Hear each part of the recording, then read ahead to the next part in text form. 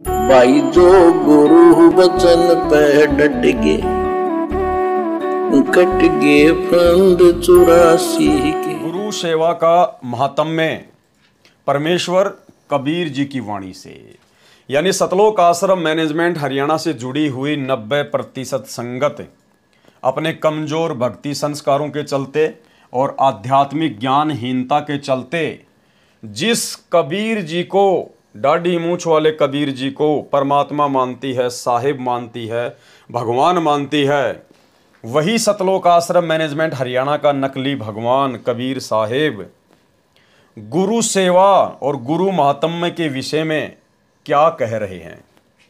वाणी, गंगा यमुना बद्री समेते, जगन्नाथ धाम है जेते, भर में फल प्राप्त होए न जेतो, गुरु सेवा में पावे फलते तो।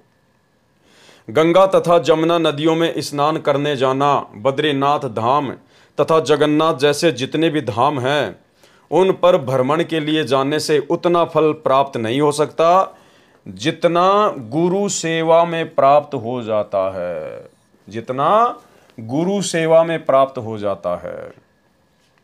बहुत सारे भगत भाई बहन सतगुरु रामपाल जी परमेश्वर जी से दीक्षा लेने के बावजूद भी, और दास ने तो ऐसे ऐसे सारनामी लोग देखे हैं, सतनामी लोग देखे हैं जो बरवाला कांड से पहले से उपदेशी हैं, और उसके बावजूद वो लोग जगन्नाथ घूमने जाते हैं, हरिद्वार घूमने जाते हैं, कबीर चौरा देखने जाते हैं, मगहर में घूमने के लिए जाते हैं। और दास ने जब उनसे पूछा कि भाई आप लोग वहाँ क्यों जाते हो, बोले वहाँ जाने से पुण्य मिलता है। भाई और बहनों, इस धरती पर जितने भी तीर्थ हैं, जितने भी धाम हैं, गुरुदेव भगवान ने अच्छे से समझा दिया कि बच्चों वो केवल यादगारें हैं। वहाँ ना तो वो संत बैठे, ना महात्मा बैठे, और ना वहाँ जाने से रत्ती भर भी कोई पुण्य मिलने वाला है। और जिस दिन हम सच्चे सतगुरु की शरण में आ जाते हैं उसके बाद यदि हम उन यादगारों पर धक्के खाने के लिए जाते हैं तो समझ लेना आपकी बैटरी डिस्चार्ज होना शुरू हो जाती है। गुरुजी आपसे नाराज होना शुरू हो जाते हैं।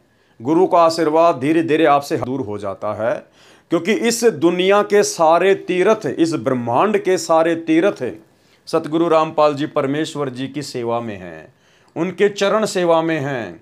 उनका चरणामृत पीने से दुनिया के सभी धामों का जो फल है, जो प्रतिफल है, जो लोग मानते हैं कि वहाँ जाने से ये लाभ मिलता है, ये पुण्य मिलता है, वो सारा लाभ, वो सारा पुण्य, उससे भी असंख्यों गुणा लाभ और पुण्य सतगुरु रामपाल जी परमेश्वर जी की मर्यादा में रहकर सत्य भक्ति करने से साधक को घर बैठे मिल जाता है। तो हम सत्सेवक भाई बहनों ने इस बात को बिल्कुल गांठ बांध लेना है।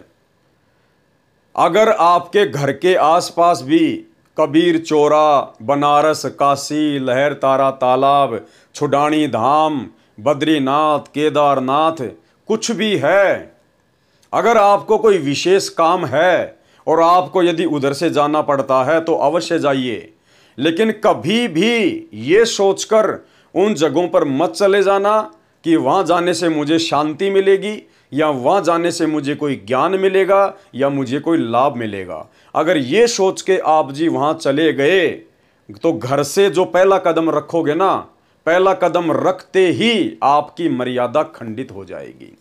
तो इस बात का हमने विशेष तौर पर ध्यान रखना है, अन्यथा ये काल हमारे को इसी प्रकार से सूक्ष्म चाल में फंसाकर गुरु मर्यादाओं से दूर करेगा।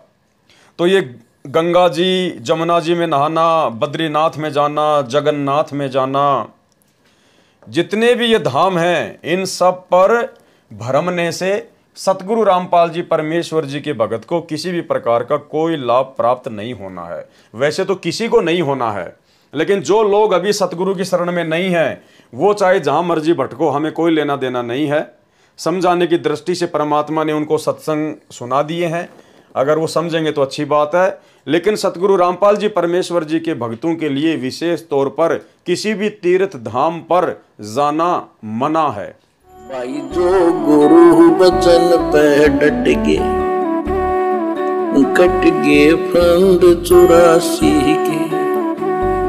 रकट गए फंद 84 के, रकट गए फंद 84 के।